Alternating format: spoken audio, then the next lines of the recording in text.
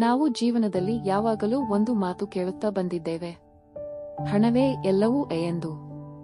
ಆದರೆ ಜೀವನ ನಮಗೆ ನಿಧಾನವಾಗಿ ಒಂದು ಸತ್ಯವನ್ನು ಕಲಿಸುತ್ತದೆ. 60 ವಯಸ್ಸಿನ ಒಳಗೆ ಹಣ ಸಂಪಾದಿಸುವುದು ಮುಖ್ಯ, ಆದರೆ 60 ವಯಸ್ಸಿನ ನಂತರ ಮನಸ್ಸು ಹಗುರಾಗಿರೋದು ಅತ್ಯಂತ ಮುಖ್ಯ. ಹಣ ನಮಗೆ ಮನೆ ಕೊಡುತ್ತದೆ, ಆಹಾರ ಕೊಡುತ್ತದೆ, ಚಿಕಿತ್ಸೆ ಕೊಡುತ್ತದೆ. ಆದರೆ ಹಣ ಶಾಂತ ನಿದ್ರೆ ಕೊಡಲ್ಲ, ತೃಪ್ತ ನಗು ಕೊಡಲ್ಲ.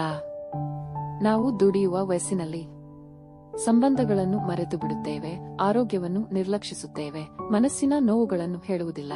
ಆದರೆ 60 ವಯಸ್ಸಿನ ನಂತರ ದೇಹದ ಕಾರ್ಯ ನಿಧಾನವಾಗುತ್ತದೆ, ಆಸೆಗಳು ಕಡಿಮೆಯಾಗುತ್ತವೆ, ಮನಸ್ಸು ಮಾತ್ರ ಲೆಕ್ಕ ಕೇಳುತ್ತದೆ. ಆ ಸಮಯದಲ್ಲಿ ಪಶ್ಚಾತ್ತಾಪ ಇರಬಾರದು, ಕೋಪ ಇರಬಾರದು. ಅದಕ್ಕಾಗಿಯೇ ನಾವು ಇಂದು ಕಲಿಯಬೇಕು ಕ್ಷಮೆ, ಕೃತಜ್ಞತೆ, ಸರಳ ಬದುಕು, ಹಗುರ ಮನಸ್ಸು.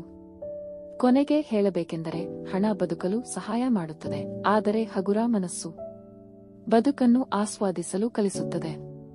ನಾವು ಎಲ್ಲರೂ ಹಣದ ಜೊತೆ ಶಾಂತಿಯನ್ನು ಸಂಪಾದಿಸೋಣ.